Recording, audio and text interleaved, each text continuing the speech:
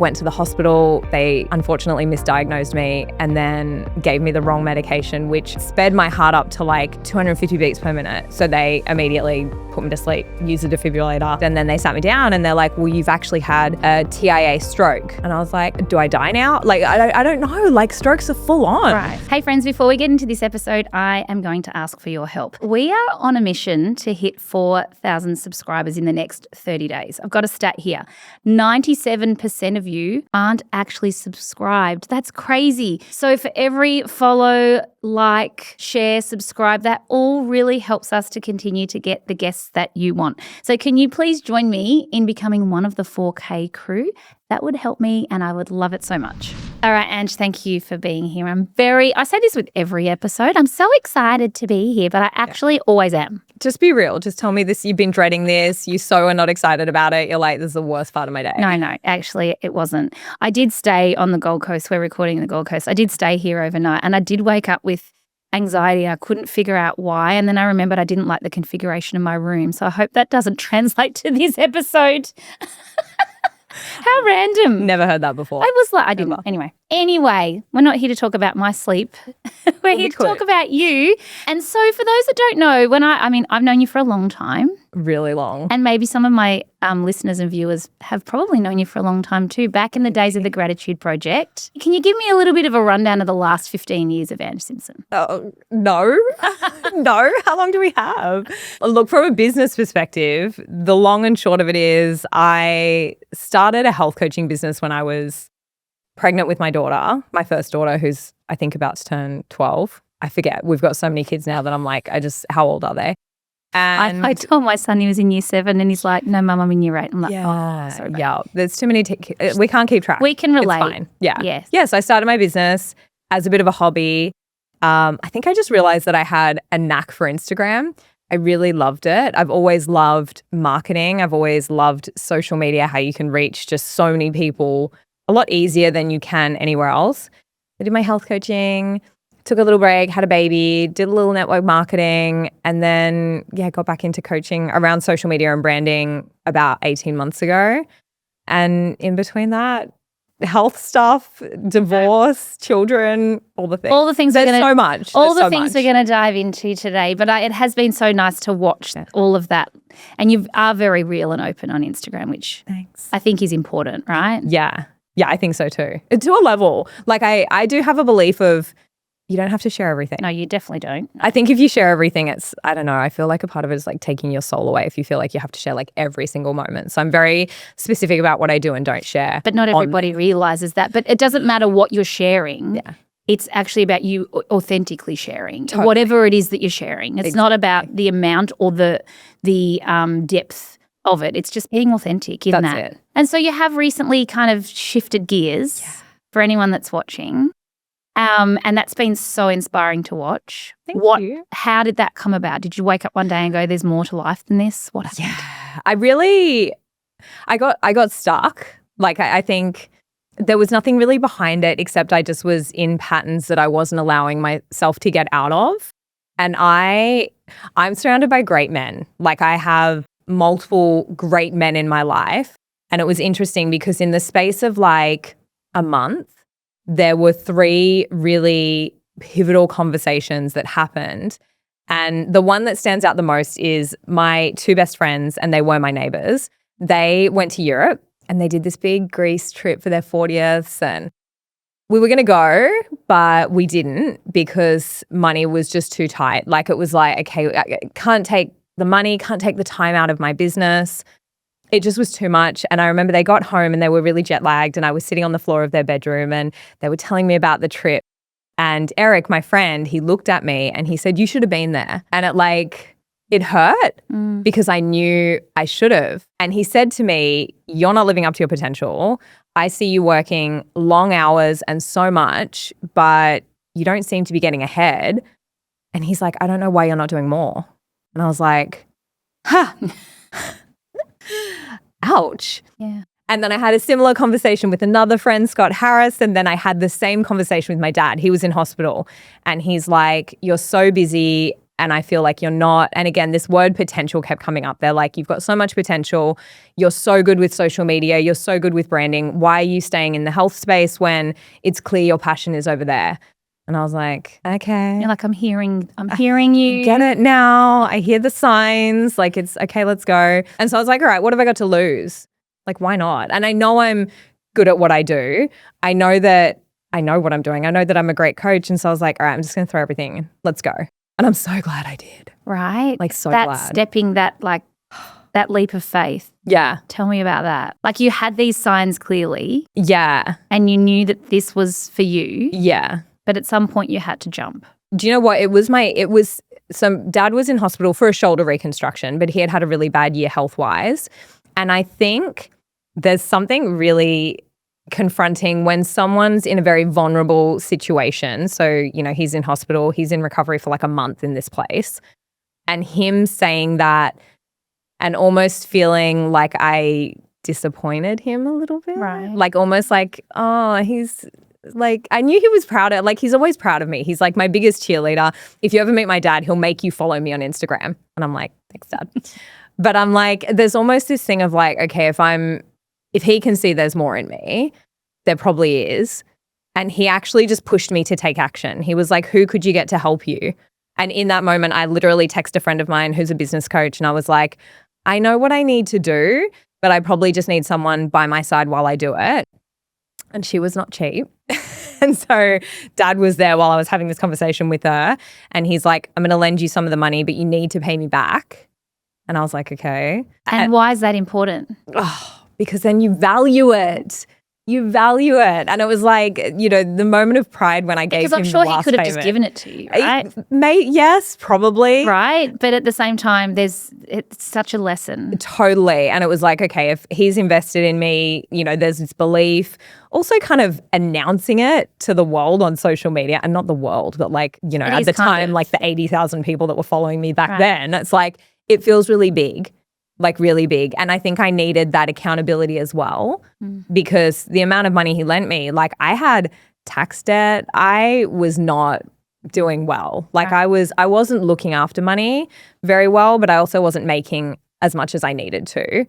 And so having that level of accountability of like, all right, I'm lending this money and I always knew I would pay it back and I knew I would make it doing what I'm doing now because I had so many signs, not only of the men in my life who said that, and Adam, my partner, was my biggest cheerleader, but also, people just dropping into my DMs being like, can you teach me social media? And I was like, no, I work in health. I'm like, why did I say no to all those people? Right. Yeah. So how important then, you invested in a mentor. Yeah. And I think this is probably the step that's missing for a lot of people. Yeah. Firstly, because we have this underlying belief that maybe that's for someday, or maybe it's because we don't believe we can afford it. Yeah. Now knowing what you know, what could you say to just go that version of Ange? Hire the mentor, let's go. Right. But I think that's applicable for anything that you're trying to do. 100%. I recently decided, I had a moment where I just had a day where I felt just horrible. And it was a real pivotal point. I was like, I have to do something else. Yeah. I have people that are investing in me for their health, but I'm not investing. I know what to do. And it was the same with the socials, right? You knew what to do, but having that person that you've invested in, that you're now committed, and you're almost like, I have to actually make this work. Yeah. Is just so important. 100%. Why don't we do it? Fear, right? Like all the things. Now, and it's not the first time I'm sure that you have invested in someone to help you. Yeah. But now knowing that, I would imagine that in every area of your life where that shows up, you're like, right, who can help me? Right, who can help me? Everywhere. Even last year, like kind of around the end of last year, I had one of those moments of like, okay, I've let my health slip. I was like, I'm probably like 5 to 7 kilos heavier than I feel really comfortable at. I've got bad habits. I'm, doing a little bit of reformer Pilates at home and calling it working out and going for a walk twice a week. I'm like, and again, I know what to do. I know to lift weights. I know what I should be eating. I know I should have minimum 100 grams of protein every day. Like, I know. But I still went immediately and invested in someone who was going to hold me to account, who was going to write out the programs, who knew more than I did, because I'm like, there's no better feeling than knowing that you've put money and you've backed yourself. Right? Because it's almost like, well, it's like nothing really matters if you don't invest. Like if I'm like, okay, I'm going to get healthy or I'm going to start my business. But if I don't do it, nothing really happens. Whereas if I've invested, to me, it's like I'm backing myself. Like I've made an investment in me. And that to me is like a level of self-belief where I know that I'm going to have to follow through. I think the other thing about this is interesting because it depends on what it is, right? I think in some instances, like you going out and telling the world, right, I'm rebranding, I'm doing all of this, like that held you accountable. Yeah. But then there's also some times where I think we don't need to tell and we just need to go and do and then tell later. Yes, 100%. And that's two examples of that. Yeah. We don't need to tell someone I'm going on this new health journey, although it might keep you accountable. Maybe that's a bad example, but there are definitely instances where I think I'm going to go and I'm going to smash this and I'm not telling anyone because I don't need anyone telling me why it won't work. It's really... Yeah. I feel like it depends on your personality type as well. Like on the type, like do you need external accountability or are you internally driven? I need external accountability. Like I thrive with it. Whereas I'm like, I have friends in my life and I'm like, wait, you just said you were going to do something and then you did it and you do that every time. Yes. Yes. It is fascinating. But I do sit there and think, there are some things where I just do and I don't tell anyone until after I've done it because I just don't want anyone standing in my way. And there are other times where I absolutely will want someone to keep me accountable. Yeah. So it's hard to know when one applies and when one doesn't it? Yeah. We're all so different and circumstances are different. We're human. So let's talk a little bit about your health because you've just said, you knew all of that. But also prior to that, you have had health challenges. Yeah. And I remember you talking about them, specifically around your heart health. Yeah. Can you remind me what happened? So I was born... Everyone's born with a hole in their heart. I think you say everyone's born with a heart. Everyone's born with a heart. Everyone's born with a heart. I have one too. And you have a hole, but it closes up at I think 6 months or a year or something. Mine didn't close, which is super normal. I think there's some crazy number of people walking around with a hole in their heart. Right. Anyway, I've had issues. They thought I had something called AFib. So they did this ablation. I had a couple of procedures, but it was always something wasn't right. I remember just one day being like, my heart is racing and I can't tell why.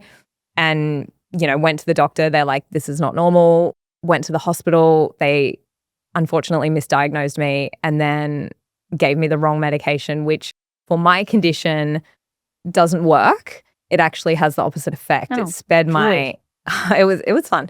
I don't remember it too well, but it sped my heart up to 250 beats per minute. So they immediately put me to sleep, used a defibrillator.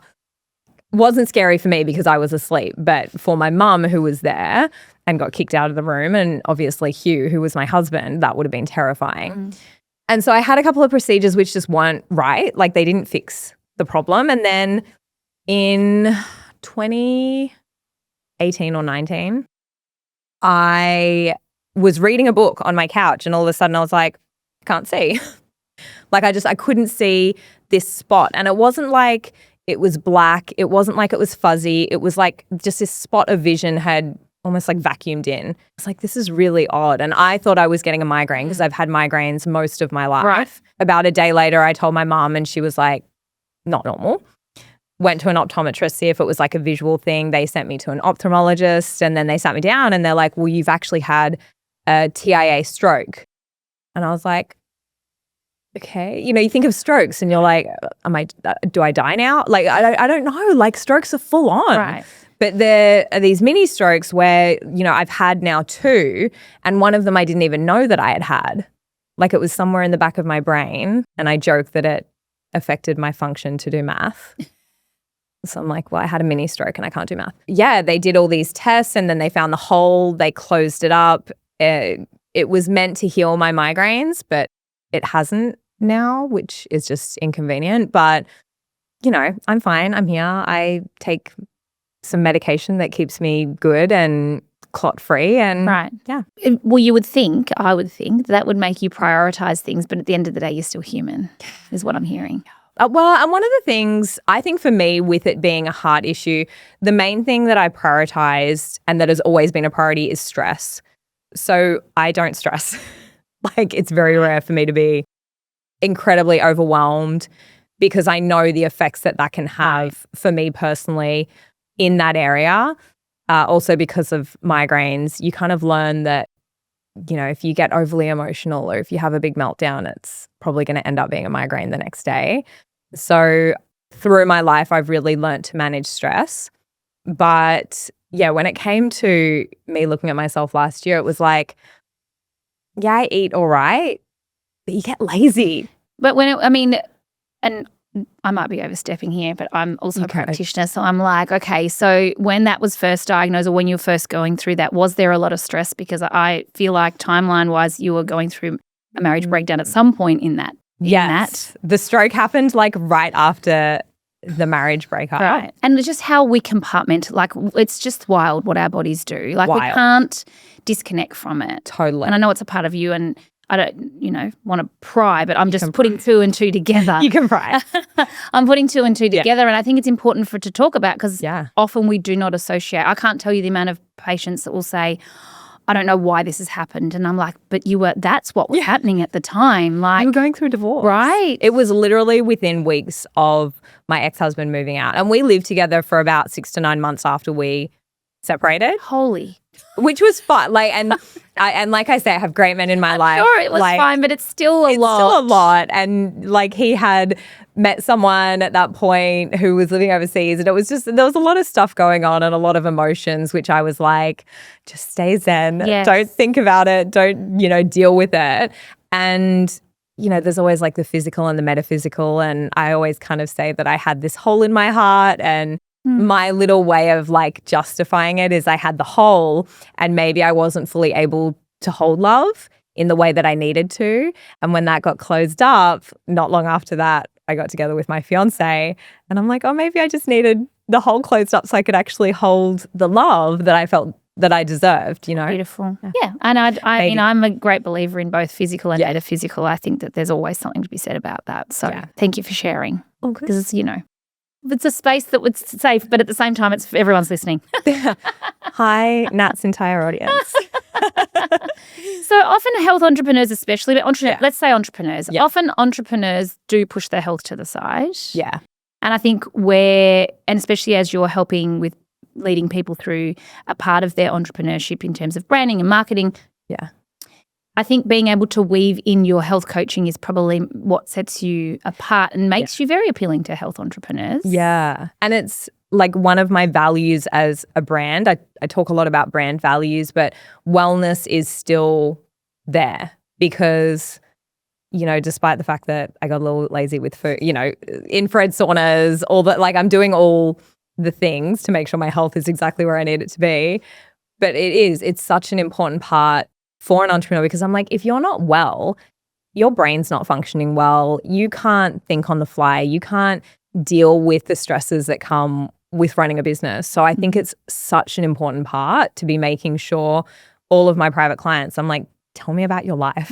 Like, you probably can't help it either, just given your background. You're like, I need to know this stuff because also, I want to know everything. Well, I think also how we show up in our business is also very reflective of our health, which is to the point of a lot of entrepreneurs put their health to the side in the startup phase or in the pivotal phase, which is okay for a small amount of time, but it's not sustainable. Not at all. Translates, people figure it out. Yeah, I feel like there's this, when I was in network marketing, there was this whole like, you go through a season of hustle and you'll go through a season where you'll eat microwave meals and you'll eat Uber Eats, and it was almost like normalized. And I'm like, I didn't feel good. I gained that weight and I was kind of like, what's going on here? And I'm like, no, I don't think that those two things need to be separate. I think you can look after yourself and be really moving forward in your business at the same time. It's just you need the tools and sometimes just someone to guide you. 100%. I don't know why we're so stubborn though. It's not till you do it as well. Like, it's not till you actually, like I said, you'll never put yourself in that position again because you now know better. Totally. It'll never get to that point again because you'll recognize the signs beforehand. You'll never let your heart get to the now you've obviously figured that out, but you'll never let the migraine how you feel as a result of that is now a bigger why as to why you don't let yourself get to that point. Yeah, 100%. It's like without my health, none of it happens. Right. None of it. So then what are some of the non-negotiables now? You just mentioned infrared sauna. Now, so I got a sauna about 5 years ago, and so that's just a non-negotiable. Now I do weight training because I am 37 and I need to lift weights, and I prioritize protein, which I was not doing. I don't know if like this is normal for people, but I was very much the girl who was healthy, but probably not doing all the right things. Like I was, making my raw slice and eating a lot of salads, but I wasn't getting my protein and I wasn't lifting weights. And you know what I mean? Like I was doing kind of some of the things, but not all of the things. And it changes as we get older. Exactly. And because I know that I'm edging closer to 40 and it's an important time for me to really look after muscle, bone, things like that. Really They're really the things that I prioritize massively. I've always been good with, again, that stress management, meditating, things like that, sleep, red light. I feel like it's all the stuff that seems to be trending right now. But I'm like, has it always been trending? Just because we're in this world, we have always done it? I think so. But I also think that it's a good question. I mean, for us, I feel like because we've been in that space for a long time, it's kind of like, oh yeah. I don't know what is stand out, but I do think we've got more information than we've ever had when it comes to moving through the next phases. Whereas in the past, women just kind of entered an abyss and it was like, whatever happens now, who knows? Where do I go? We can be more control of that. Yeah. So yes, I think what is more the newer information is, well, we actually didn't have the information for women. We only had it for men up until recently. So we know this now, We know that women are different to men, surprisingly. Right. I know. Crazy, right? That's so weird. Now you've got 2 girls and in terms of your stepchildren. Yeah. Girls as well? 4 girls. Oh, 4 girls. Okay, well. Yeah. So then how important is it to you then that they're seeing you do this? How important is the example? Yeah, so important. I think especially the ages they all are, our eldest is 17 and in my mind I'm like, there is so much around friends at school and social media that she is seeing that's not necessarily positive, and it's like I want to just make sure that whatever I can do to be a good example to her of health and definitely even just not taking it too far with certain things because I don't know, I look at social media and what she's seeing and there's so many extremists right now where it's like they're taking everything to this next level and I'm just conscious that they're so easily influenced by health influencers and people with no credentials online. Trends. And she's just great. All the things. But also I think how do we know where the line is in that? Because we want to be inspirational. We want to also we're working mothers. Yeah. There's that element. We want to be real. We want to be real. Where is the line? That's what sometimes I kind of go. I get torn between being driven, determined and setting that example for especially Olivia, but both kids. Yeah. But also being home and present. Yeah. It's a juggle, right? And I don't even think balance doesn't exist. It doesn't. I wish I had the secret sauce. I think sometimes we go too hard in one. Best. You do your best. Well, and my thing is communication. I think what Adam and I have done really well with the girls is great communication. So like I told you, he's just gone away.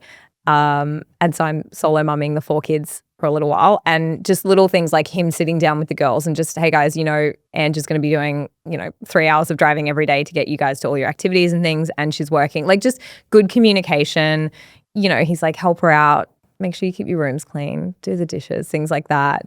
And even do you have a formula for helping kids keep their rooms clean? Because I'd love to know what that is. If anyone does, if anyone out there is a parenting coach who knows, call us. I have tried everything when it comes to keeping Olivia's room clean. The only thing that actually now works is, I know with my kids, no pressure actually is the best. It's flipping comments going, gosh, it would be so nice to walk past your room and see that it's clean. That will make me so happy. Doesn't work for me. That's the only thing that sometimes works. Yeah, so actually horrendous in there. It's so bad.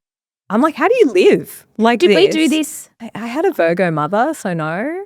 She cleaned my room for me. So no. Yeah, well, mine was always clean for me as well, but I'm refusing to do that because it's not helpful. No, because we have a rule of we don't do for them what they can do for themselves. So I'm like, I'm not cleaning your room. You need to clean your room. Like I walk past and I'm like, the rest of the house doesn't. That's what I say to my husband. The rest of the house doesn't look like this. Yeah. We're setting the best example we can. There's also an expectation, but it still doesn't matter. I don't know. Maybe I'll just be like, if anyone knows, please help. Yeah, help both of us. We need it. We need. I know. It's just so terrible. Like, yeah. Yeah. So for the woman that is navigating all the things, all of them, the business, the children, the schedule, the taxi driving, the accounting, the marketing, do you have any advice? Just buckle up and good luck. No, I'm joking. No, I feel like, look, for me, I live by my schedule as much as I can. And I'm a little maybe over the top for some, but I schedule as much as I can. I schedule laundry and we have a cleaner and she puts our clothes away. So I'm like, I schedule that Mondays I do the laundry in between calls. Like everything is in my calendar. I realized that I laughed on a coaching call because I realized my bananas were going black. And so I like scheduled that I was baking banana bread with the kids yesterday afternoon. Like, I'm like, that's what keeps me sane personally, is a lot of just organization, but also, you know, I guess creating kind of boundaries around certain things. Like, you know, we're really clear that when the kids are home, we're not working. And because we're a blended family, we have our kids 50% of the time. So when our kids are home, I don't book a hair appointment or to get my nails done. I'm not doing anything like that when the kids are around. I'm really maximizing my time with them because I only get half, right? And so it does make a bit of a difference when you're split like that. Then I have 50% of my time with no kids, which is when I prioritize working my butt off and my relationship. So it's like we do date night every second week when we don't have the kids, or social stuff. And like, again, our boundaries are really strong of if a friend calls us and says, hey, let's go out for dinner this Saturday, and we have the kids, we're like, no, we can go next Saturday. Right. Unless it's like a wedding or a birthday party. Did you move your wedding? Because we don't have the children, so...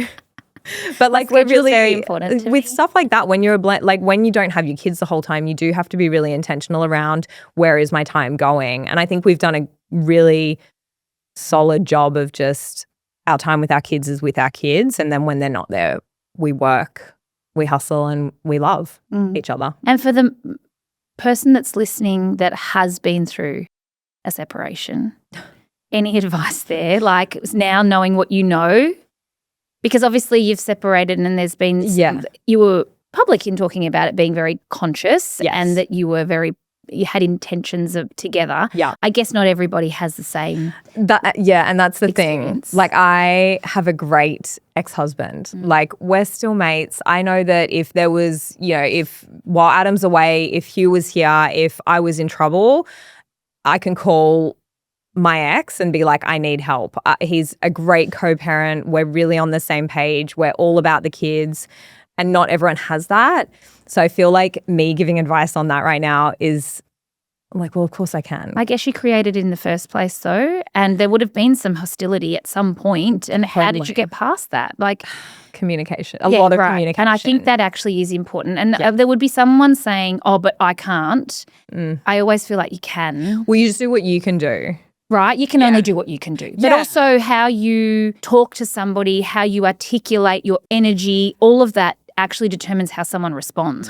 Like I could easily, when we've had rough times, it would be so easy that I could go and have a dig or have a tone or make a comment. Like it would have been easy. So you check yourself too. 100%. Like I always think to myself, I spent 15, 16 years with this person being the love of my life, and I'm going to treat him with that level of respect. Like just because we've decided that we're better as friends now, it doesn't take away the memories and the love that we did have. And so, despite what happens, and obviously, again, people will go through things like infidelity and really awful things, which I can't speak into because I don't have the experience, but it's like, I didn't have that. And this was a person who, again, loved for 15, 16 years, love in a different way now. And so I'm always going to treat him with that respect. Just because we've decided not to be married anymore doesn't mean I hate him or he's the devil incarnate. Like it just means we're going down different roads. And so it's, I think, remembering that even in the moments where he's really pushed me to my edge, and I push him as well. Like I've definitely annoyed the hell out of him. But in the moments when he has really just got me at my edge, I'm like, this is the man you have children with. There's love there. Treat him with the respect he deserves. And I think that helps. I agree. I mean, even for the person that is listening that's saying, for whatever the circumstances are, as terrible as they might be, we can only do us. Totally. So this is where I think the communication part is so important Yeah. and something that I always say to patients, and not that I am a counsellor, but I spend the majority of my time counselling. Yeah. And communication is my thing. Like I'm so into it. I'm so obsessed by it. And I also really believe that we can get the outcomes we want if we learn to communicate properly. 100%. So this is what I would say. I always say, how do you get what you need out of this? How can you stop and not react, even though that's the first thing you want to do? And think about, how can I use this to get the reaction that I deserve? Like, so much of it all comes back to what we can do. That's all we can do is what we can do. 100%. And a lot of us are just operating from our wounds a lot of the time. And sometimes it is looking at the person across from you and asking yourself, well, what is the wound here? You know, I had someone in my life who, you know, they were constantly feeling like they weren't being validated or that I wasn't grateful for what they did. And I'm like, okay, so I need to make a really strong effort to show my gratitude, to say thank you, to point out the little things that this person does, because that's big for them. And so if I want this relationship to go well, it's not just about, well, everything should just work. It's about, no, I have to actually put the effort in to give them what they need as well. Does that make sense? Yeah, totally. Yeah. I also think love languages are very interesting too. Yeah. Like knowing someone's love language is such a great key to turn. So often, and it's not just necessarily romantic or partners or relationships, it's any relationship really. Oh, yeah. If you know someone's love language, all of a sudden everything makes sense. One of my best friend's love language is quality time, which is my last. I'm like, I don't need to see you. Like, I'll see you once a year and we're good. And I like, still love you. I still love you. Cool. But when we see each other, cuddle me and tell me you love me. Like, as long as you do that. Is yours physical touch? Physical touch and words. And I'm like. Mine's words of affirmation. Yeah. And she's a nightmare to me because hers is quality time and acts of service. And I'm like. My husband's acts of service. Adam and that would probably be the bottom. Really low. So when he's, really low. He will very rarely be like, I love you so much, but the house will be immaculate when I come home from work. Yeah. That's the I love you so much. 100%. Now, not knowing that is such a mismatch, whatever that is, what I'm trying to say, you know what I mean? Yeah. But now knowing it, I actually also have to make an effort to say, oh my gosh, the house looks so great. Thank you. And I actually do value a clean space. Yeah. But I do things to meet that, which actually drive me nuts in the moment. Little tiny things that go a long way. We laugh the other morning. So Adam got up and for some reason, the house must have been a mess and he vacuumed, and he doesn't vacuum very often. Like we have a cleaner and we have a robo vacuum too, but he vacuumed up some mess and he cleaned up downstairs and I came down, it was all clean. But normally in the morning we cuddle and I came downstairs and I was like, I don't feel loved today.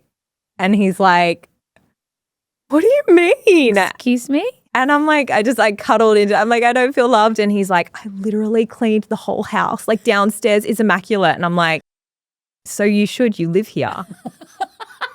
like that's not how you show me love. Do you reside in this place? Yes. So you should clean too. Like it doesn't touch the side. Whereas if I've had touch and I've been told, I'm good. See, I'm good. We're all just so interesting, aren't we? We are. So many. We're complex. Well, thank you so much for taking the time to chat with us. So many different, we could sit here and keep on talking about. We really touched on Write a everything. We should it's the everything book. Relationships, health, business. Yeah, good luck to whoever names this episode of the team. Thanks, guys. I'm You're sorry. working. For those people who are looking at your work or your Instagram handle, where are they finding you? Still at gratitude_project. Is it still? I don't know how to change it. I can't change it. Why? Well, I don't know. Every time I go and try, it's like, cannot be done. Oh, yeah. And I don't know if it's because, I think you were the same. We were verified before you could pay to get verified. Mm-hmm. And I think something about that won't let me change it. Well, you've just got to go with it then. Well, so if there are any contacts at Meta listening, Help me. I do hope we've got Meta contacts listening. Right. It's such a compliment. Help me, because I've saved my name. Like, I now just have it like saved, like a personal page under it, because I'm like, one day I'm going to change it when I can figure out. And if it could be what you wanted to be, would it just be your name? Ange Simson. Like, just my name. Like, people come up to me and like, you're the Gratitude Project. And I'm like, I'm Ange, but hi. Like, that's how you know me. Sign above your head. Yeah. Well, everyone can find you and have a look at your Yeah. work and follow along, because even though your focus is about branding, marketing, and really getting people dialed into figuring out what their, purpose is almost. Yeah. You share so much. So thank you so much for being here. Thanks for having me.